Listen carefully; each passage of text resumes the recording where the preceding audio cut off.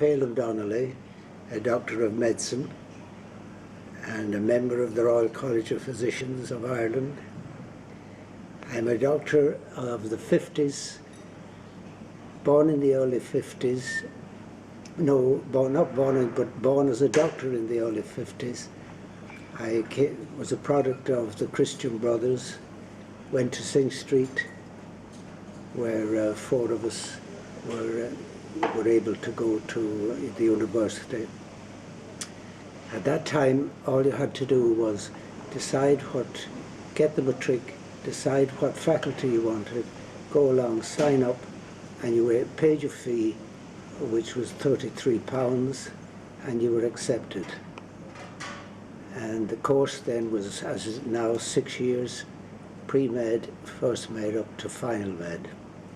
So you went to Synge Street in Dublin? Synge Street in Dublin. That's a very famous school. It is. What was it like going to Synge Street in your time? In those days, the secondary school wasn't built. It was a series of houses.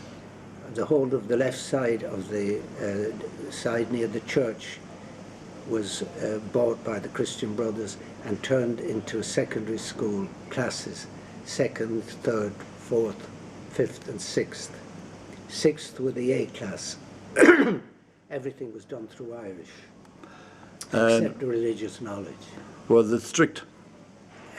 No stricter than I would expect.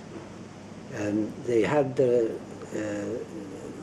punishment was you was called out to the line, and at the end of the class, if you didn't answer properly or you hadn't done your homework, you got 1 slap from a leather strap. It was really only a tap on the hand. Token. What amazed me about it was when the clock struck at the hour, the class rose, stood up and said a Hail Mary, and then sat down.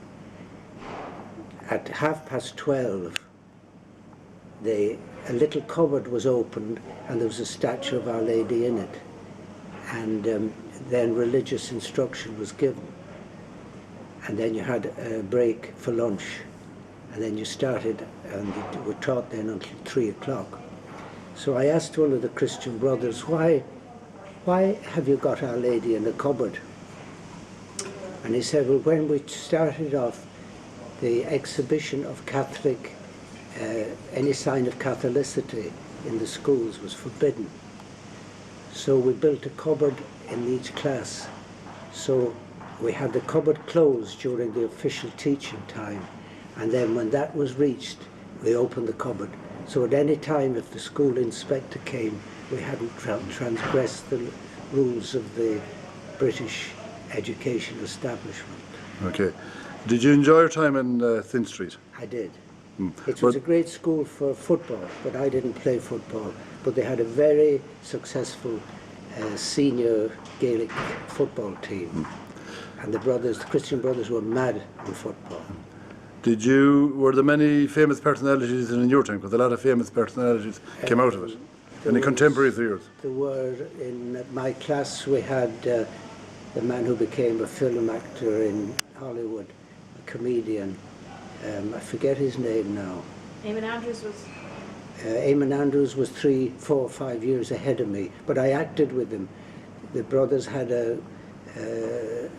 gave us elocution lessons once a week from a lady came in, and she selected the best at elocution to work with the pupils who had now left school had formed a dramatic society. So the best at elocution went into it. So I was a spear carrier in The Merchant of Venice, and Eamon Andrews was the Duke of Venice. Okay. Did you have a brother? Did you have a brother, an actor? Donald was behind me, 4 years behind me. He was a very good footballer. He was the captain of the senior team, and he did acting. In his last year at Synge Street, he started acting, and continued on then with the amateur acting group in Rathmines in Dublin, and that's when it started his career. And he kept it up all his life, yeah? Kept it up all his life till he died the year before last in Hollywood, in New York. Okay. So then you went to university? Then I went to UCD. Yeah. And in those days it was in Earlsford Terrace, and the pre-med, however, was in the College of Science down near the Dáil is. And we then, in our third year, we assigned ourselves to a particular hospital. Usually it was a Catholic hospital of Vincent's or the Mater. But in those days, once you were a third med student, you could go to teach in any of the hospitals in Dublin, the so-called Protestant and the Catholic hospitals. You had the right to go there and receive bedside instruction any day it was on. So we went through that, and then in our fourth year, we had to do 10 weeks, 3 months residence in a maternity hospital where we had to deliver 20 babies, and we had to attend every operation and every delivery. There was an alarm bell went, and whether it was day or night, you had to get up and go down and see the master of the Holles Street I was at working. So we were taught by the midwives how to deliver babies, and then we watched the master using forceps and bringing down a shoulder, manipulating, changing the position of the baby, and we learned how to do those arts as well, which stood me in good stead. Was when I qualified, I was qualified a month, and in those days you didn't have to do internship. There was no such thing. It was an American invention, and you could go straight into medical practice as a GP straight away, the day after you got your certificate. What year did you qualify? 1950. 50. So I was sitting in the hospital one morning, a week after I qualified, and a man came in and he said, "Does anyone here wish to do a locum?" So I said, "Yes, I do it." So he said, "Well, we want you now for the official holiday weekend. We want you for almost a week. You'll live in the house, in my house. You'll have maid service, and you'll have you a car?" I said, "No, we'll supply the car, and you to go to the dispensary every morning." Who was he? And I won't give you his name. Give me his name. No. And you'll see why in a moment.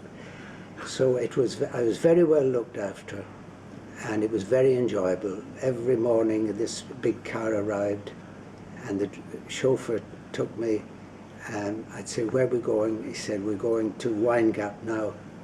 I said, "How do you mean now?" He said, "Oh, you have to go to 3. You have 3 dispensaries to go to." And I said, "I didn't know that." So I said nothing. So I arrived at this dispensary, and it was very primitive. The floors were like an old school floor. The floors were knotted. The knots were coming up from where. And there were patients sitting on wooden benches on a row.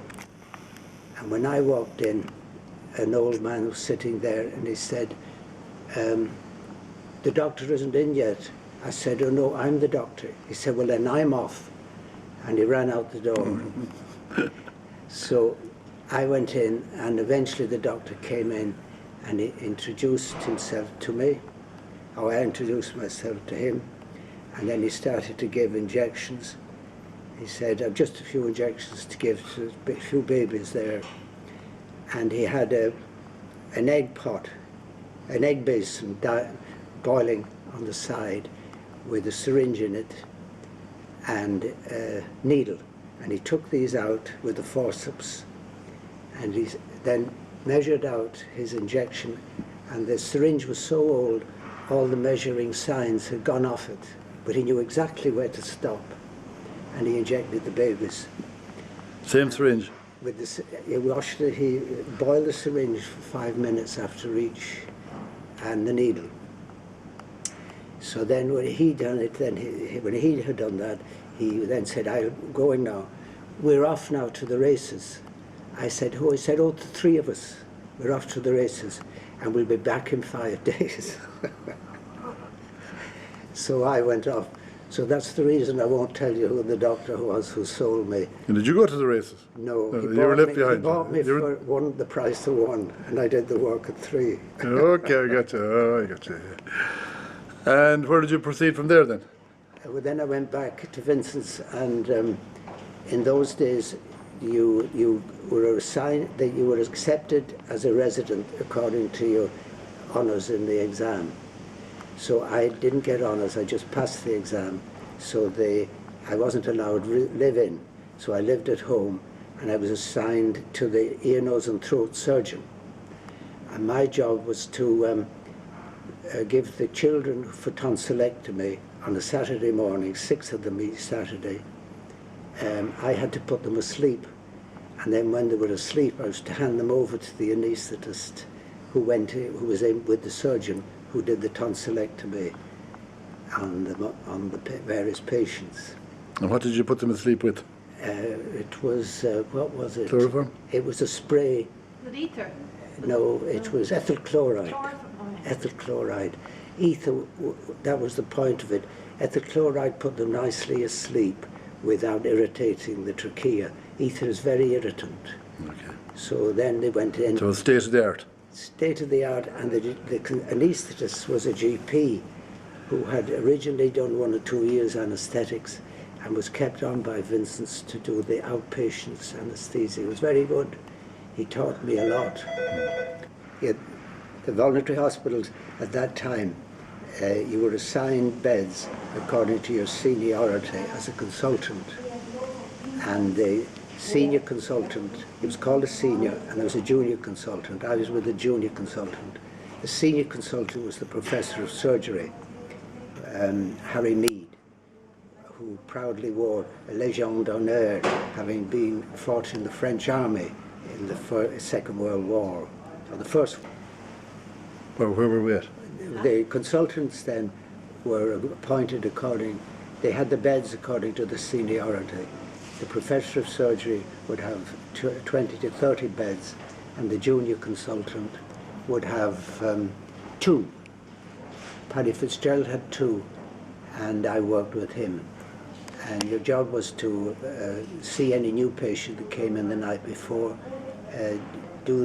bring the urine yourself over to the laboratory, or the sputum, spin it, stain it for microbiology, and do a blood count and have the results written in the patient's chart for the morning. And you take, of course, the blood pressure, and you do your own examination in so much as you knew at that young age as a student. And the nuns were in charge. It was the nuns' hospital, and each ward had its own sister, who was a religious sister as well as a nursing sister. And they were very, very strict. The nurses were allowed 1 hour off a week. And they had to be in by a certain time at night. The students, camaraderie between the nurses and the students was not encouraged on the premises particularly. And the nuns were fair but very strict, and the consultants were even afraid of them. I remember one of the house surgeons, the nun did not like what he had written in the notes, which was that the tube had been removed at the suggestion of Sister, and she didn't like that, and she went to the professor and said, I don't like that statement, and the professor ordered him to remove it and rewrite the page. The whole page, not the line, the whole page. Huh?